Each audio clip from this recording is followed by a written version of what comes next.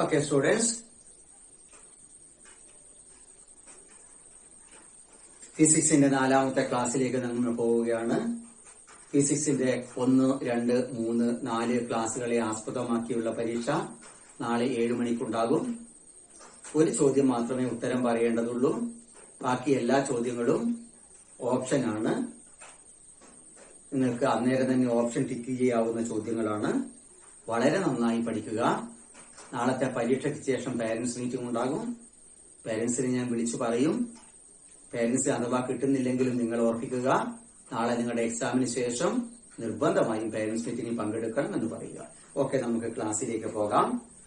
ഇന്നലെ നമ്മൾ അവസാനമായി നിങ്ങളോട് പറഞ്ഞത്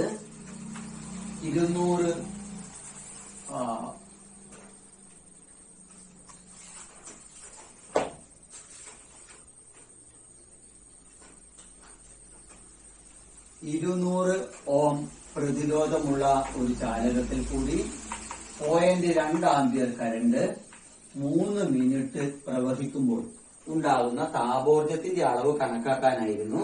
അത് നമ്മൾ കണക്കാക്കി വെച്ചു. 2400 ജൂളാണ്. ഇപ്പം ജൂൾ എന്ന അളവിൽ ഉള്ള ഊർജത്തിനെ കലോറി എന്ന അളവിലുള്ള ഊർജമാക്കി എങ്ങനെ മാറ്റാം? അതായത് ജൂൾ അളവിനെ കലോറിയിലേക്ക് എങ്ങനെ കൊണ്ടുപോകാം? നാളത്തെ പരീക്ഷയ്ക്ക് 2 മാർക്കിന് ഇവിടെ നിന്ന് വരും. അപ്പൊ നന്നായി ശ്രദ്ധിക്കുക. ജൂളിലുള്ള അളവിനെ കലോറിയിലേക്ക് കൊണ്ടുപോകാൻ, ജൂളിൽ ഉള്ള അളവിനെ കലോറിയിലേക്ക് കൊണ്ടുപോകാൻ 4.2 കൊണ്ട് ഹരിക്കണം. അതായത് 2400 ജൂൾ എന്ന് പറയുന്നത് 2400 ബൈ 4.2 571.4 ഇത്രയും കലോറി ആയിരിക്കും അത്.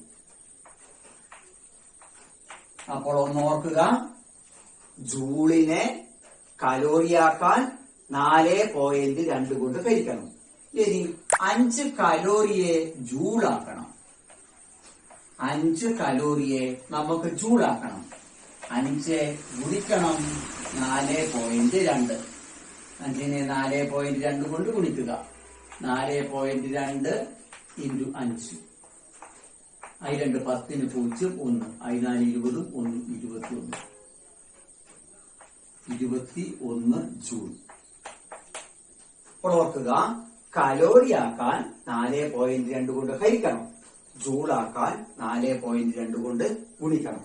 വളരെ പ്രധാനപ്പെട്ട ഒരു വിവരമാണ് നാളത്തെ പരീക്ഷയെ സംബന്ധിച്ചിടത്തോളം. അതായത് കലോറി ആക്കണമെങ്കിൽ ഹരിക്കണമെന്നും ജൂളാക്കണമെങ്കിൽ ഗുണിക്കണമെന്നും ഓർക്കണം.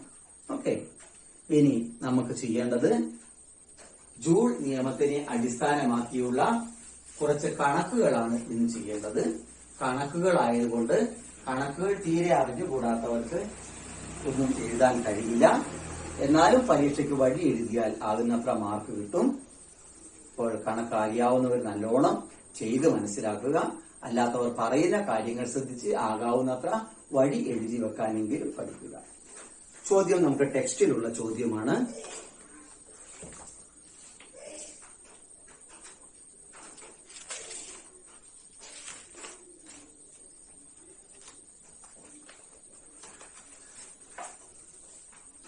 ഇത് 230 വോൾട്ട് സപ്ലൈയിൽ പ്രവർത്തിക്കുന്ന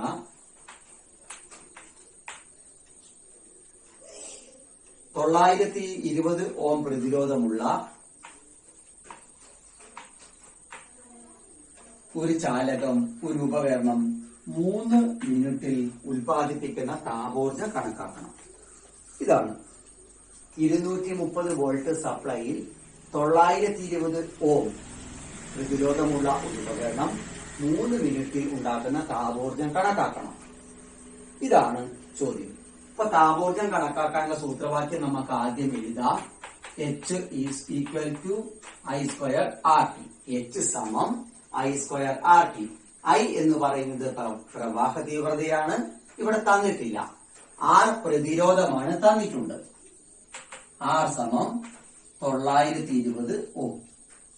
T സമയമാണ്, തന്നിട്ടുണ്ട്. T 3 minute. മിനിറ്റ് എന്ന് എഴുതാൻ പാടില്ല എന്ന് ഞാൻ പറഞ്ഞിട്ടുണ്ട്. 3 × 60 സെക്കൻഡ്. ഐ തരാത്തത് കൊണ്ട് ഐ സൂത്രവാക്യ പ്രകാരം കണ്ടുപിടിക്കണം. അതിനുവേണ്ടി വോൾട്ടേജ് തന്നിട്ടുണ്ട്. Voltage 230 V. ആറും വിയും ഉപയോഗിച്ചുകൊണ്ട് നമ്മൾ ഐ കണ്ടെത്തണം. അതായത് ഐ = V/R എന്ന് നമ്മൾ കഴിഞ്ഞ കൊല്ലം പഠിച്ചിട്ടുണ്ട്.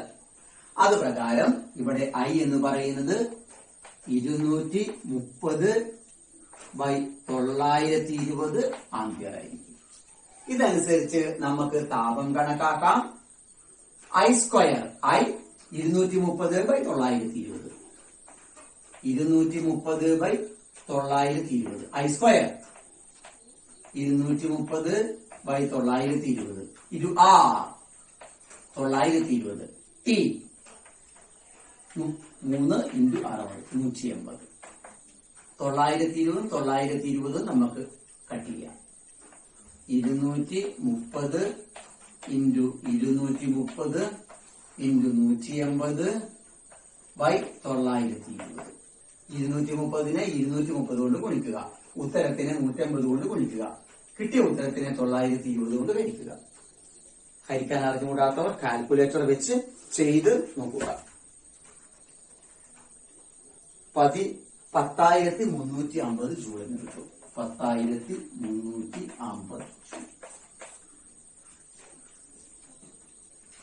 920 ഓം പ്രതിരോധമുള്ള ഒരു ഉപകരണം 230 വോൾട്ട് സപ്ലൈയിൽ 3 മിനിറ്റ് പ്രവർത്തിക്കുമ്പോൾ 10,350 ജൂൾ താപോർജ്ജം ഉണ്ടാകും. അറിയാവുന്നവർ ചെയ്ത് പഠിക്കുക.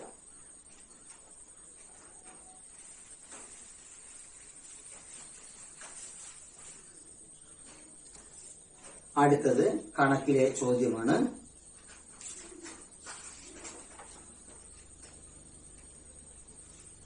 പേജ് നമ്പർ 13ന്റെ മുകൾ ഭാഗത്ത് കൊടുത്തിട്ടുള്ള ചോദ്യമാണ്. അവിടെ തന്നെ അത് ചെയ്തിട്ടിട്ടുണ്ട്. എന്നാലും നിങ്ങൾ ഒന്ന് നോക്കുക. ഒന്നാമത്തെ ചോദ്യം നമ്മളോട് പറയുന്നത് 1150 ഓം പ്രതിരോധമുള്ള ഒരു ഉപകരണത്തിന് 230 വോൾട്ട് സപ്ലൈ കൊടുത്താൽ 5 മിനിറ്റ് കൊണ്ട് എത്ര താപം ഉണ്ടാകും എന്നാണ് ചോദിച്ചിരിക്കുന്നത്. 1150 ഓം പ്രതിരോധമുള്ള ഒരു ഉപകരണം 230 വോൾട്ട് സപ്ലൈയിൽ പ്രവർത്തിച്ചാൽ 5 മിനിറ്റ് കൊണ്ട് എത്ര താപം ഉണ്ടാകും? നമുക്ക് കണ്ടുപിടിക്കാം. H is സമം I²R. ഇവിടെ തന്നിരിക്കുന്ന വിവരം R തന്നിട്ടുണ്ട് 1150 ഓം. T തന്നിട്ടുണ്ട് 5 മിനിറ്റ്, അതായത് 5 × 60 സെക്കൻഡ്. V തന്നിട്ടുണ്ട്, അത് I കണ്ടുപിടിക്കാൻ വേണ്ടിയാണ് 230 വോൾട്ടേജ്. അതുകൊണ്ട് നമുക്ക് I എത്രയാണെന്ന് പറയാം. I = V/I. V/R that is equal to V 230 R 1150. അങ്ങനെയാണെങ്കിൽ നമുക്ക് താപം എത്രയായിരിക്കും എന്ന് നോക്കാം. താപം H സമം I², 230/1150 into 230/1150 into R 1150 into T 300. 1150 1150 കളയാം. 230 ഇൻറ്റു 230 ഇൻറ്റു 300/1150. 230നെ 230 കൊണ്ട് ഗുണിക്കുക. ഉത്തരത്തിനെ 300 കൊണ്ട് ഗുണിക്കുക. കിട്ടുന്ന ഉത്തരത്തിനെ 1150 കൊണ്ട് ഹരിക്കുക. 13,800 ജൂൾ എന്ന് കിട്ടും. 13,800 ജൂൾ. ഇത്രയും താപമുണ്ടാകും. 1150 ഓം പ്രതിരോധമുള്ള ഒരു ചാലകത്തിൽ കൂടി 230 വോൾട്ട് സപ്ലൈ കൊടുക്കുമ്പോൾ 5 മിനിറ്റ് കൊണ്ട് 13,800 ജൂൾ താപമുണ്ടാകും. 230 വോൾട്ട് സപ്ലൈയിൽ 5 മിനിറ്റാണ് പ്രവർത്തിക്കുന്നത്. ഉപകരണത്തിന്റെ പ്രതിരോധം 1150 ഓം ആണ്. ഇനി ഇതേപോലെ മറ്റ് ഒരു ഉപകരണം, ഇവിടെ നമുക്ക് 13,800 ജൂൾ താപം കിട്ടും. മറ്റൊരു ഉപകരണത്തിന്റെ കാര്യം നമ്മളോട് പറയുന്നു. അത് 5 മിനിറ്റ് തന്നെയാണ് പ്രവർത്തിക്കുന്നത്, 230 വോൾട്ട് സപ്ലൈയിൽ തന്നെയാണ് കൊടുക്കുന്നത്. പക്ഷേ ആ ഉപകരണത്തിന്റെ പ്രതിരോധം 460 ആണ്. 460 ഓം പ്രതിരോധമുള്ള ഉപകരണം 230 വോൾട്ട് സപ്ലൈയിൽ 5 മിനിറ്റ് കൊണ്ട് എത്ര താപം ഉണ്ടാകും? നമുക്ക് കണ്ടുപിടിക്കാം. I², ഇവിടെ എന്തൊക്കെ തന്നിട്ടുണ്ട്? R തന്നിട്ടുണ്ട് 460 ഓം. T തന്നിട്ടുണ്ട് 5 മിനിറ്റ്. V തന്നിട്ടുണ്ട് 230. അപ്പോൾ നമുക്ക് ആദ്യം I കണ്ടുപിടിക്കാം. I = V/I. 230/460 ആംപിയർ. ഇതാണ് I. അങ്ങനെയാണെങ്കിൽ താപം എന്തായിരിക്കും? H = I²RT. I എന്ന് പറയുന്നത് 230/460. 230/460 into 230/460 into 460 into 300. 5 into 60 300. 460 460. 230 into 230 into 300/460. ഇത് ക്രിയ ചെയ്താൽ 34,500 കിട്ടും. 34,500 കിട്ടും. 230നെ 230 കൊണ്ട് ഗുണിക്കുക. ഉത്തരത്തിനെ 300 കൊണ്ട് ഗുണിക്കുക. ആ കിട്ടിയ ഉത്തരത്തിനെ 460 കൊണ്ട് വയ്ക്കുക. 34,500 ജൂൾ എന്ന് കിട്ടും. ഓക്കെ, ഇവിടെ നിങ്ങൾക്ക് മനസ്സിലാക്കേണ്ട ഒരു കാര്യം 34,500. ഇവിടെ പ്രതിരോധം കുറയുമ്പോൾ താപം കുറയുകയാണ് വേണ്ടത്. എന്നാൽ പ്രതിരോധം കുറഞ്ഞിട്ട് താപം കൂടുകയാണ് ചെയ്തത്. അതിന് കാരണം പ്രതിരോധം കുറഞ്ഞെങ്കിലും പ്രവാഹ തീവ്രത രണ്ടാമത്തെ ഉപകരണത്തിൽ പ്രവാഹ തീവ്രത കൂടുതലാണ്. ഒന്നാമത്തെ ഉപകരണത്തിനേക്കാൾ പ്രവാഹ തീവ്രത രണ്ടാമത്തെ ഉപകരണത്തിൽ കൂടുന്നത് കൊണ്ടാണ് അങ്ങനെ സംഭവിക്കുന്നത്.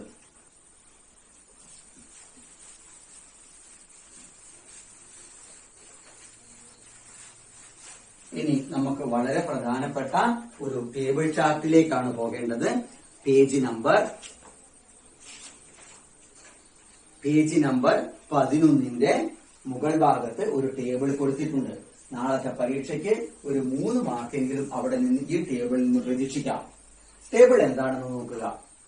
ഒരു ചാലകത്തിന്റെ പ്രതിരോധം R, ചാലകത്തിലൂടെ വൈദ്യുത പ്രവാഹ തീവ്രത I, പ്രവഹിക്കുന്ന സമയം T. അങ്ങനെയാണെങ്കിൽ ഉണ്ടാകുന്ന താപം, ആ താപത്തിനുണ്ടാകുന്ന മാറ്റം.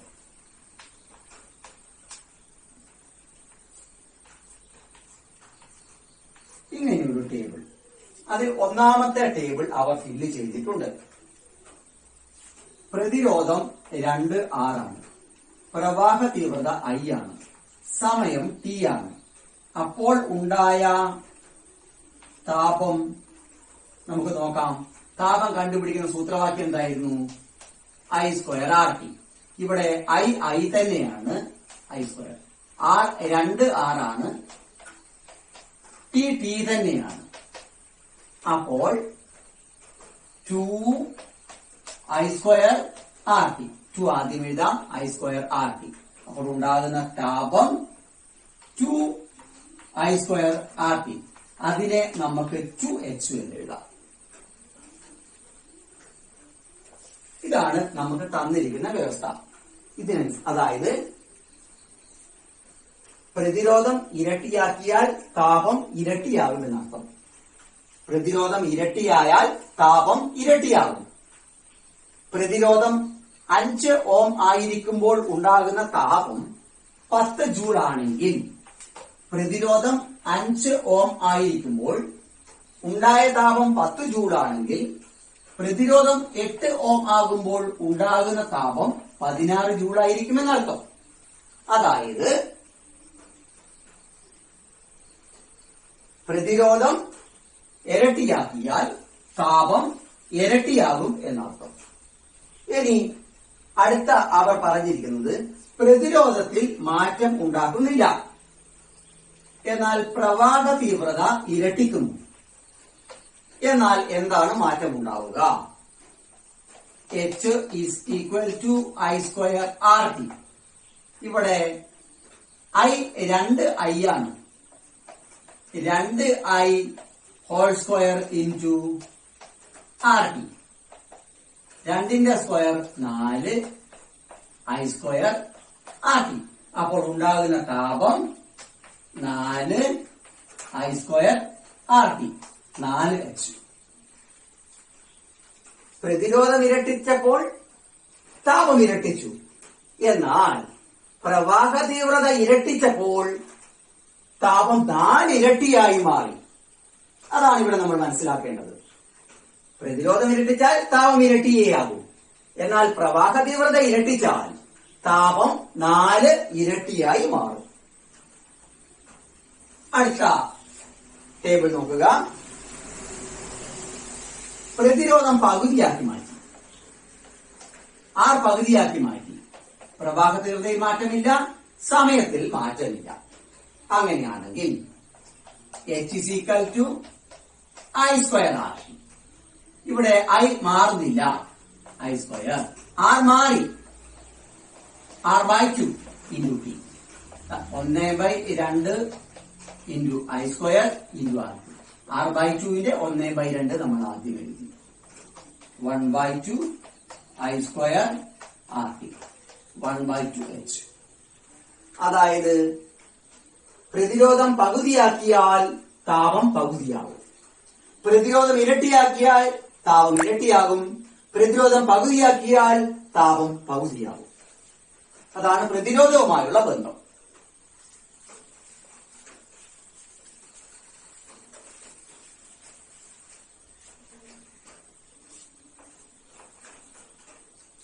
അടുത്തത് പ്രതിരോധത്തിൽ മാറ്റമില്ല,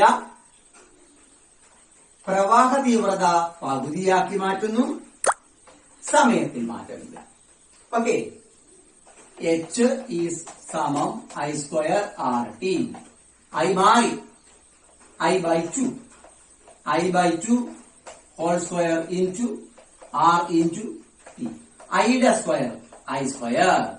2ന്റെ സ്ക്വയർ 4 into RT. 1/4 ആദ്യം എഴുതാം. 1/4 I square RT. 1/4 I square RT. 1/4 I square RT. That is equal to H. അതായത് പ്രവാഹ തീവ്രത പകുതിയായാൽ താപം പകുതിയല്ല ആവുന്നത്, താപം 1/4 ഭാഗമായി മാറും.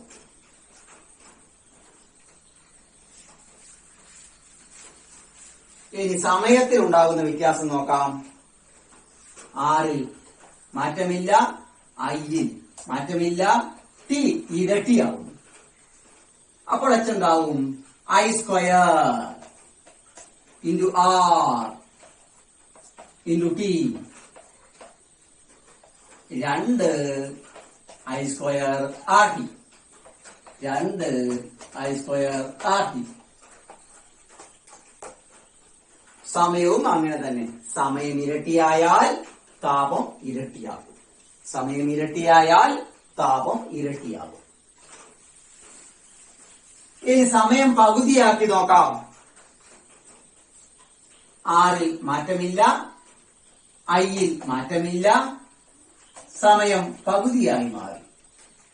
അപ്പോൾ I square R T/2. 1/2 I square RT. 1/2 I square RT. 1/2 H. ഇതാണ് ഫില്ല് ചെയ്യേണ്ട ടേബിൾ. കണക്ക് അല്പം നന്നായി അറിയുന്നവർക്ക് മാത്രമേ ഈ ടേബിൾ മനസ്സിലാവുകയുള്ളൂ. അല്ലാത്തവർ പേടിക്കേണ്ടതില്ല. കണക്കിന്റെ ഭാഗങ്ങൾ പൂർണ്ണമായ മാർക്ക് കിട്ടണമെങ്കിൽ നല്ലോണം അറിയണം. നിങ്ങൾക്ക് മനസ്സിലാകുന്നിടത്തോളം മനസ്സിലാക്കി വഴി എഴുതിയാൽ അത്രയും മാർക്ക് കിട്ടും. എല്ലാവർക്കും കണക്ക് ചെയ്യാൻ പറ്റണമെന്നില്ല, അതുകൊണ്ട് പേടിക്കേണ്ടതില്ല. എന്നാൽ കണക്ക് ഒഴിവാക്കാൻ പറ്റില്ലല്ലോ, കാരണം A+ വാങ്ങേണ്ട കുട്ടികളൊക്കെ ധാരാളം ഉണ്ടാകുമല്ലോ. ഓക്കെ മക്കളെ, ഇന്നത്തെ ക്ലാസ് കഴിയുന്നു. നാളത്തെ പരീക്ഷ നിർബന്ധമായും എഴുതണം എല്ലാവരും. എല്ലാം 1 വേർഡ് ആയിരിക്കും, ഒരു ചോദ്യം മാത്രമേ ഉണ്ടാവുകയുള്ളൂ. ഓക്കെ, ഇന്നത്തെ ക്ലാസ് കഴിഞ്ഞിരിക്കണം.